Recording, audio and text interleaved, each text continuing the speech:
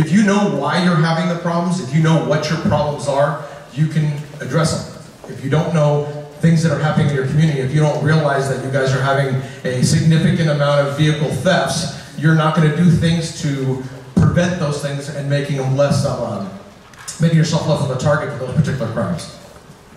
所以路易觉得大家都是这个社区的一份子，不管你是亚裔或是不是，只要你是居住在这里或是在这里工作、在这里上学，你就是这里的一份子。然后，如果你知道这里发生什么问题的话，一定要勇敢站出来，告诉可以帮助我们的人，像是警察。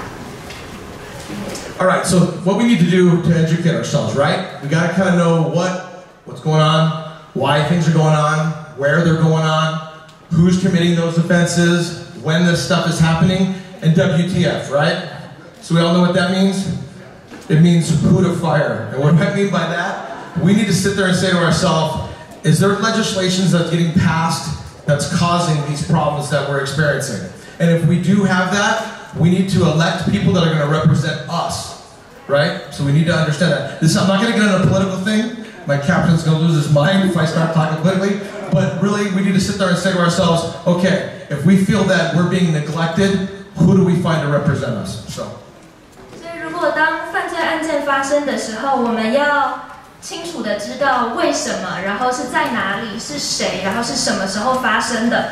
然后呢，你要向上级去指报这件事情。如果你的上级没有好好做他的工作的话，你要去举报他，让他可能失去他的工作，或是让我们找到一个更适合这个工作的人。Okay, so some of the current trends like we were talking about here. So hate crimes and incidences have increased across all the races in Los Angeles County. So we've seen this kind of a trend in the last year or so. And we're trying to figure out, is this an anomaly? Is there a reason why these things have happened? Is it because everybody's been locked down for a year due to all the COVID-19 restrictions, and now that people are starting to come back out into the communities, people are frustrated? Who really knows? We're still trying to kind of figure out why this is kind of this uptick trend. So some of the possibilities, and I'm not saying these are things that, are true, but what I'm saying is these are some of the things and some of the beliefs of some of the folks that are out there. So one of the ones, you're dealing with racism that exists, right? There are people who don't like people of other races for whatever reason. So that is something that does exist, right? Perceived involvement with the pandemic. So a lot of the incidences that we've had these concerns where people have said, hey, people from the Asian community, you brought the disease over here, and so there's this kind of outrage. We had an incident that happened over in Walnut, and let me just give you just like a really quick example. So these two ladies are on this bus. One of the ladies who's Asian is not wearing a mask, and so a female of a different race says to her, you should put your mask on. You need to wear your mask because your people are the ones who brought the disease over here. So at that time, the Asian lady, they come to a stop, and the female gets out, not the Asian female, but the other female, and she goes, I'm going to call the police because I don't like what you said to me. I don't know if that's necessarily a criminal call that you're going to call the police, but she felt that I should call the police. So she says she's going to call the police. Well, the lady that's on the ground picks up a rock and says, you'll be dead before they get here. All right? So that kind of changed the dynamics, right? So what was originally maybe an incident where she had made a comment that was a kind of unsavory comment, to where she's now threatening her life. But was she threatening her life because she was Asian? Or was she threatening her life because she said she's going to call the police? So this is kind of the interesting dynamic that we have to deal with. What exactly are we dealing with on that? Was it hate crime based, hate incident based, or was it just a general criminal nature of that criminal threat? Sorry for leaving you with that. Good luck. Just say yes. Just say yes. 所以现在警察他们也在思考到底是什么原因造成仇恨亚洲人这件事情。然后他举了一个例子，是说有一次在公车上有2位女性，其中一位女性是亚裔人士，然后她没有戴口罩，然后另外一位女性就提醒她说：“我觉得你要把口罩戴起来。”但是那位亚裔人他就觉得这是种族歧视，所以他就说他要打给警察。结果请他戴口罩的那位女士就拿起石头要威胁他说：“我要攻击你。”那这件事情我们就没有办法分辨说它究竟是种族仇恨还是因为疫情的关系，所以会发生这种事情。Awesome. So another one of the things is the perceived racial bias within the class. So I run a youth activity league, or I was running a youth activity league, and the primary attendees of this youth activity leagues are Hispanic children. And so I was talking with the Hispanic children, and I was saying, hey, so you go to school through the Roland Unified School District, and so how do you get along with your Asian student friends? And a lot of them said, well, we don't think that the Asian kids like us. And I said, well, why do you think that is? And then they said, well, we think that the Asian kids think they're better than us. And I go, well, why is that? Well, because they get good grades, you know, they don't get involved in the same programs that we get involved in, and we know that some of the Asian community, they cover themselves up because they don't want to have darker skin because they see as darker skin as being lower income, lower valued people. So there's this kind of misconception that's out there, right? So, and then also media propagation. Media is always going to run with whatever's going to give it the most notoriety. So like I was saying before, incidents in LA County have risen across the board through races. Not trying to downplay the significance of what's happening with the Asian community, but the media has shown every incident they possibly can in regards to Asians becoming victimized by somebody else. I was just watching television last night. I don't know if anybody saw the incident about the young kids that were on the subway that were randomly walking up to Asians that were sitting on the subway and just slapping them across their face. So this is something that they're showing a lot of. Is it hate crime? Heck yeah, that's a problem, and we got to deal with that. This does exist across, but they're going to show a lot of that because this is what is the hot topic right now. 那其他可能的原因呢？还有亚洲人有时候比较排外，或是有优越感。他们看到肤色比较深的人种，就会觉得说，我们不要跟他们一起活动或是什么的。然后还有一个原因是社群软体上面最近比较多关于亚裔被攻击的讯息。那警长觉得说，其实不一定是比较多仇视亚洲人的案件，而是因为这些讯息比较常被放在网络上面散播，然后让更多人看到，所以我们就会觉得说，好像亚洲人是不是常常被攻击？ Okay, so what are some of the resolutions? What are some of the things we can do to try to mitigate some of the concerns and issues that we're dealing with out there? So one of the ones, Sheriff Villanueva's had a town hall meeting claiming the zero tolerance in regards to hate crimes. We had a few of those. We partnered with Janice Hahn on one of them, and then Sheriff Villanueva did one for the whole county as well. More agencies have started documenting these incidences a little differently. So LAPD years ago started documenting hate incidences and hate crimes. Both of them together. They would actually document a hate incident. A lot of agencies, unless it met to the escalation of an actual crime, there was nothing really documented. So it was difficult to really truly track how much dissension or problems were happening within communities in LA County. That's starting to change. And then also we have a lot more routine public forums. So just like we have here, we're sitting here, we're talking together, partnering, law enforcement, community members, business members, church folks, get everybody together and talk about what are the things that we can do to kind of get some resolution on this stuff.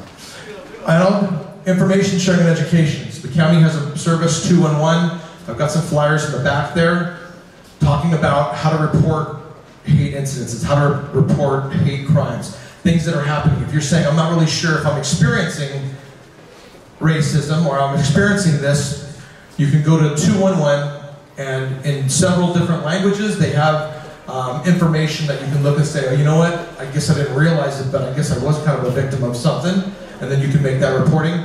And then this other one here that I just got, I got this from a friend at the district attorney's office, a district attorney investigator, to be specific. And that's hatecrimebook.com. This is a 501c3 corporation where this lady has kind of created this booklet. And this booklet you can tab through and it talks about those same things. Hate incidences, hate crimes, how to report it, what to do to mitigate it, things like that. So that's something worthwhile to look through. I read one of the books and it's in several languages So it would be something you might be interested in looking at. 那我们的警长最近推出了一个零容忍的概念，然后也有越来越多的机构他们在记录这些仇视的案件，这样以后如果有相同类似案件发生的时候，就可以去回溯看为什么这些原因是怎么发生的。然后呢，他提到教育也是很重要的，然后让有这些受害经验的人站出来分享他们的经验也是很重要的。那我们后面也有拉页，大家可以去拿来看。这边的这个网站呢，上面也会有很多不同语言的教育，就是关于仇视、种族仇视的教育方针。All right, so John told me I have 15 minutes. I was hoping for another 4 or 5 hours. So, real quickly, Los Angeles County, median household income, $55,000. What does that mean, right? So, Rolling Heights, 61, Walnut, 100, Diamond Bar, 90, Hacienda Heights, 76. So why am I showing you median household incomes? With criminals in today's world, they're educating themselves. Just the common street thug that used to run around and victimize people. We have those, but you have people that are educating themselves. If I'm a criminal and I want to go to a community and steal from a particular community, am I going to go to the lower income community or am I going to try to find the higher income communities? So we've seen these research, this stuff that's being done by these criminals saying, hey, you know what? Rolling Heights, Walnut, Diamond Bar, these folks have a lot of money over there. Let's target these places. Let's go over there because we're going to have a better opportunity to steal better stuff, more valuable stuff. 在这里我们也可以看到，各个城市的收入平均所得，然后现在的犯罪者也越来越聪明，他们懂得要挑比较高收入的社区去进行犯罪。I don't know where to point this. She's pointing us wherever. So, all right. So burglary. So this is our most prevalent crime. That's in. Did I lose my? Let me go back here. Hold on. Okay. So what are the most common crimes in Rolling Heights, Hacienda Heights, and the surrounding areas? I must be holding the button down. My apologies.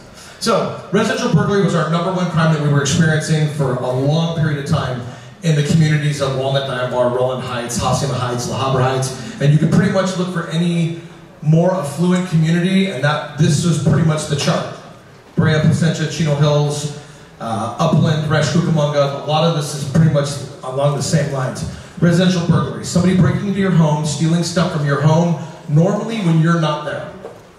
That was the #1 crime. The next thing that we started to see was vehicle burglary. Somebody breaking into a car, stealing stuff from inside that vehicle. That has kind of become more of neck and neck with #1. In fact, it's kind of taking over because with COVID and all the restrictions from COVID, more people are home. If I'm a criminal, I don't want to break into your home when you're there. That changes the dynamics of the crime. If you're not home, I go into your house, I steal $50,000 worth of stuff, and I get caught. I get arrested for a burglary, and that's considered a non-violent offense. If I break into your home while you're home, and I steal directly from you, and I take $5, that's a home invasion robbery. There's a difference in the significance of the consequence for the commission of that crime. So most of the time, almost all the time, they want to break into your homes and steal stuff from within your home while you're not there. 那这里是社区犯罪的比例高低。那最高的就是非法入侵民宅，通常是在我们不在家的时候发生。然后他们偷的可能是现金或者是其他比较贵重的东西。Okay, so like I said, vehicle burglary, that's just somebody going into your vehicle, seeing something of value inside, breaking the window, taking that stuff, and that's a vehicle burglary. One of the things that we've seen now, we have numerous surveillance tapes where people are walking through the community, the criminal element, and they're just pulling on the door handles.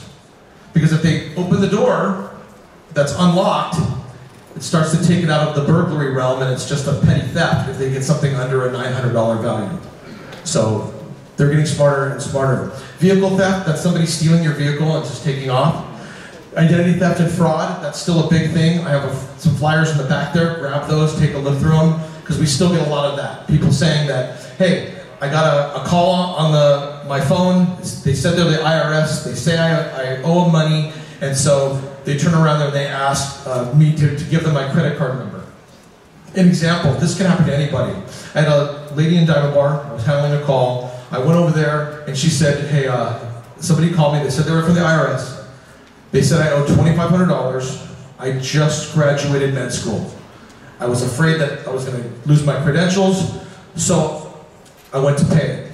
They said, well, you need to go get those refillable cash cards, call us back and give us the numbers for these refillable gas cards, or the refillable cash cards. So she went and did that, $2,000 worth. She goes, they no longer have any more of these refillable cash cards. I can't pay the other $500. And they said, well, what else do you have? What else is there? And she goes, well, they have this, and that, and they have iTunes cards. And then the guy said, well, we'll take $500 in iTunes. The IRS does not care about iTunes. They don't listen to music.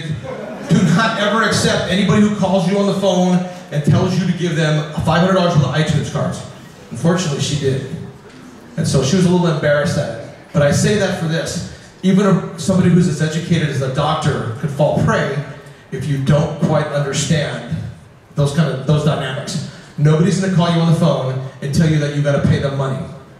No credit services, no sheriff's department saying you owe us a fine. This doesn't exist. Don't do anything on the phone. Phone, internet, email scams, those are the ones that just happen through your computers. The pop-ups that come up and they're saying that, hey, click on this so that we can clean out your computer. Don't click on anything that you didn't try to access yourself. And then the last one is mail and package theft. Somebody coming up, stealing stuff from your mailboxes or stealing packages from your front door. 那第二、第三是关于汽车的窃盗以及汽车里面的物品的窃盗。那有现在越来越多很聪明的歹徒，他们就会偷900块以下的东西，这样他们的那个犯罪被抓到之后就比较没有那么大的罚则。然后还有很严重的是个资侵占以及诈骗的问题。如果有任何人打电话给你，告诉你他们是 IRS 或者是信用卡公司或者是保险公司，然后要你的信用卡号码，或者是要你转钱给他们，绝对不要这么做。那还有信箱、电子邮件，然后手机的信件，那些也有很多点开来都是诈骗，所以看到可疑的东西就不要点开来，然后如果可以的话，可以把这些事情回报给警察或者是上级的人。Oh, really? Okay, so why is your neighborhood, why is your community being affected the way it is? So number one, we talked about that, right? Affluent community. People know that the folks that live in the particular communities where you live have a higher median income, so they believe they're going to get more valuable items from your homes. Second one, the belief that the community is untrusting of banks. So you might sit there and say to yourself, well, that might not be true, but the thing is, this is the perception from the criminal element. We've interviewed them, we've talked to them. That's what they believe. There's a song that's out there by a rapper, and this rapper talks about what they call flocking, which you'll see at the last part, where they break into houses and steal your property from inside. And the song starts out, first you find a house and scope it out, find a Chinese neighborhood because they don't believe in bank accounts. That's a song out on YouTube and in there that people are listening to, thinking, okay, so this is the community that I need to target. 3, diverse communities that are less interactive than previous years. The communities where everybody has moved into now, you have a lot of different folks from a lot of different ethnicities. And I think what's happened is before, when everybody kind of got to know each other, now we kind of resolve ourselves to just waving, opening the garage door, driving inside, shutting the garage door, and then going in your house. We see that all the time. And people don't get to know each other the way that they used to. And now when you don't know who lives across the street or a couple houses down, when you see somebody suspicious over there, you're probably not going to report it. And why are you not going to report it? You don't know if they belong there or not. So the idea behind starting neighborhood watches and the need for neighborhood watches is so those community members can get to know each other, know who does or doesn't belong within your neighborhood itself. So that's a very important piece to that. 那这里我们提到为什么他们会选择我们的社区。第一个原因呢，是因为亚裔族群平均收入比较高。第二个原因是因为很多亚洲人会在家里放很多现金，因为许多人不相信银行。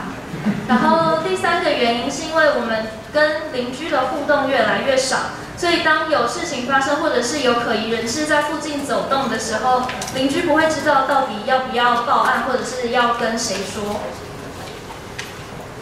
All right, so another one here, prior success in the community. Go back.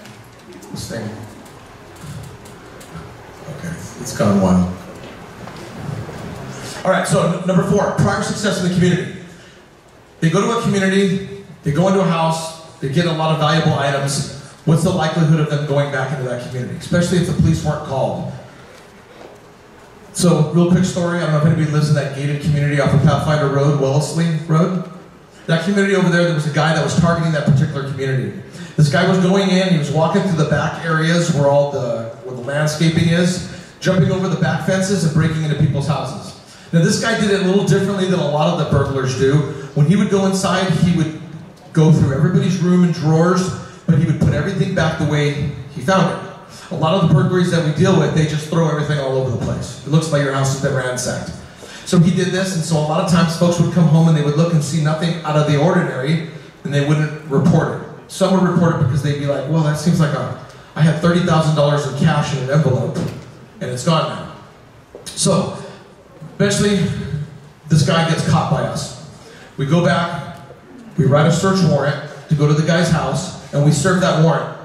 At the end of that search warrant, $399,000 in cash was recovered, and $200,000 in jewelry.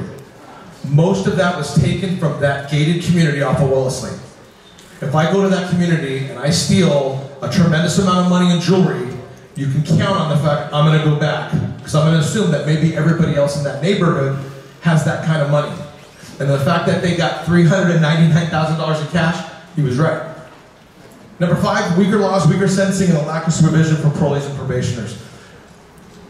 Let's be honest, the laws that were in place before are not the laws that we have now. The things that we used to incarcerate people for before, we don't incarcerate them for now. We had a traffic stop, which is where there was a guy driving through our community. We saw that his license plate returned as stolen. We stopped that vehicle. This happened at Grand Avenue in the 10 freeway. Pulled the guy out of the vehicle. He was a known gang member. In his pocket, he had a citation from the San Bernardino County Sheriff's Rancho Station for vehicle theft from the day before. And he was on probation for vehicle theft. We brought him to the station, photographed him, fingerprinted him, wrote him a citation, and let him go. This is what we're dealing with nowadays. So this person who's on probation, who stole a car the day before, and was in a stolen car the day we got him, got to go back out on the street. We need to be paying a lot more attention to ourselves to prevent us from becoming those kind of victims. Because unfortunately, the laws have changed significantly in the state of California. And the last one, like I said, burglary has become cool. I can go and sell drugs, but that's a very dangerous job. People want to steal my money, people want to steal my drugs. A lot of this has gang involvement, so it's a dangerous job. I can go over to your home, break into your house, steal $5,000 worth of stuff, and leave your home. And if you stop and think about that, if I do that every day, $5,000 a day, it's a pretty good job, right? I don't need to go to med school. I can just wait for you to go to med school and take your stuff. 那第4个原因就是因为他们罪犯之前有成功的经验，那他就会知道说这个社区可能是比较有钱的，所以就会开始从不同人家下手。那现在比较高端的犯罪方法就是，他们闯入你的民宅之后，他们偷完东西会把其他东西全部归位，让你看不出来家里有被动过，所以你就比较不会怀疑。那第5个原因是因为呢，法律效力很低，所以有的罪犯可能前一天才犯完罪，隔一天就被放出来，那就再继续犯罪，那我们也没有办法。然后第6点呢，是因为非法闯入民宅相对来说是一件容易的事情，比起贩毒或者是杀人、抢劫之类的。那所以现在非法闯入民宅也变成一种流行，因为它的CP 值很高。All right, so I got 7 minutes for 70 slides. All right, so that's not gonna happen. So I'm just gonna scroll through a few of these things real quick. Just trying to find something that are more applicable. Burglary, we talked about, our most committed offense. That's the unlawful entry of a structure to commit a felony or a theft. It's one of our most prevalent crimes, and it's one of the crimes that by you being able to get a hold of us and tell us what's happening in a timely manner, we can do something about it. Had a resident in Hacienda Heights call me up, tell me, hey, you know what? I think somebody broke into my neighbor's house. Okay. I respond over there because I'm working industry sheriff station at that time. And as I'm talking to the lady, she goes, yeah, I saw this guy. He got out of a car. He knocked on the door. Thought it was suspicious because I know he doesn't live there. Then he got on the phone. 3 other guys showed up. They jumped over the back fence. I still think something doesn't look right. They're there for about 10 to 15 minutes. They come running back over the fence carrying pillowcases and bags full of stuff. And when they got into that car to drive off, I said, I better call the police. Yeah, that's a little too late, right? So, nationwide statistics, and we're not going to get into that much. Just so you know, important, burglaries. California, we're #1 for burglaries. So, the state's got all kinds of drama. When we talk about statistics, you're going to hear statistics out there. People are going to say, hey, crime's up, crime's down. What does it really mean? So, when they hear, hey, crimes are down, okay, you had 1.5 million burglaries in 2016, you had 1.2 million burglaries in 2018. I got to update these a little bit, but COVID's kind of screwed some stuff up. So, but look, 1.2 million burglaries, that's still pretty significant, right? I don't know if I feel comfortable just yet going, oh, there's only 1.2 million burglaries now. So it's really important that we kind of know what statistics mean. So, burglaries, stuff like that, understand, if you're looking for somebody that looks like that, that's not what it's going to look like, right? That's not what a burglar is going to look like nowadays. Burglars know how to blend. Burglars are driving the cars that the people in your communities drive. These guys go out there and these guys and girls, let's not be sexist. So they go out there, they recognize cars, the vehicles that they're driving around, blend in, so they're not going to stick out. So these are the things you got to be kind of paying attention to. So that's what somebody might look like, right? Somebody who's wearing just like regular clothing. They work in different crews, teams, stuff like that. So they'll walk through the neighborhood to see if anybody calls on them. We had that happen in the city of Walnut. A guy was walking down the street looking kind of like a gangster. When we caught them, they were Crips out of the South Los Angeles area, and when we talked to them, one of them said, yeah, we were just seeing if the cops would if you cops would show up if anybody called. I just happened to be working in an undercover operation to where I saw that vehicle and I had my partner stop that car. Other than that, nobody from the neighborhoods ever called on this person who looked like he should have been called on. Real quickly, and we're going to start wrapping this up here. Burglaries, how they're being committed. I think everybody remembers, you guys have heard the terminology of knock-knock burglars. Knocking on your door, nobody answers, they go around the back. Once they go around the back, they break in, get inside your house and start stealing property. You're going to have to relate that. 那他刚提到犯罪率现在已经下降了，但是案件数事实上还是很多的。然后如果你有发现任何可疑人士或是不对的事情，就要赶快打给警察，不要思考了很久才做出这个决定。然后呢，很多时候罪犯可能看起来跟我们一样，就是穿着普通的衣服，然后长得就是很普通，但他们可能就是已经在犯罪了。那相反的是，如果有人看起来很可疑，就是长得很坏或是什么的，他也不一定是嫌犯。那现在的犯罪方式有一种是，就是他会敲门，然后如果没有人回应的话，他就会到你的后门，然后就入侵你的民宅。Okay, real quick, like I said, we're just going to wrap this up right now because, like, honestly, this is a 2-hour presentation. So, but real quickly, just want to kind of show you something because you might be sitting there, well, what am I looking for? What looks out of place here? So if I see something like this, what looks out of place? This is over in Roland Heights. This is a street called Sunrise. So you see, here's a driveway, and over here's a driveway. So this vehicle parks right here. This young lady gets out of the house, or I gets out of the vehicle and starts walking 6 houses down from where she parked the car.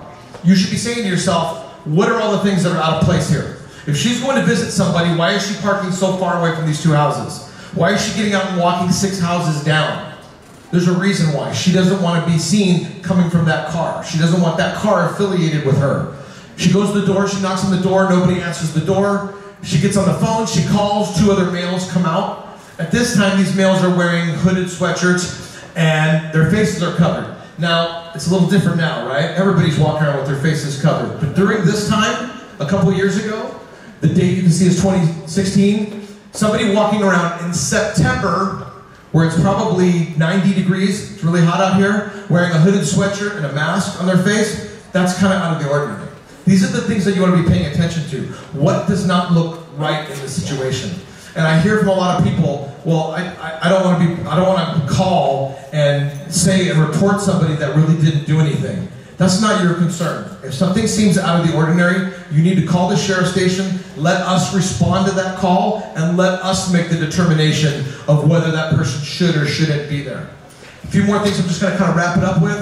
One of the things that you need to, I will give you this PowerPoint if anybody wants this PowerPoint. Nighttime burglaries, they will break in at night. During the daytime, we started sending a lot more deputy sheriffs out driving around to look for those that are committing the crimes during the day. The criminals started calling each other, hey, there's a bunch of deputies out during the day, but there's not as many out during the night. And they started committing nighttime burglaries. So they will adapt.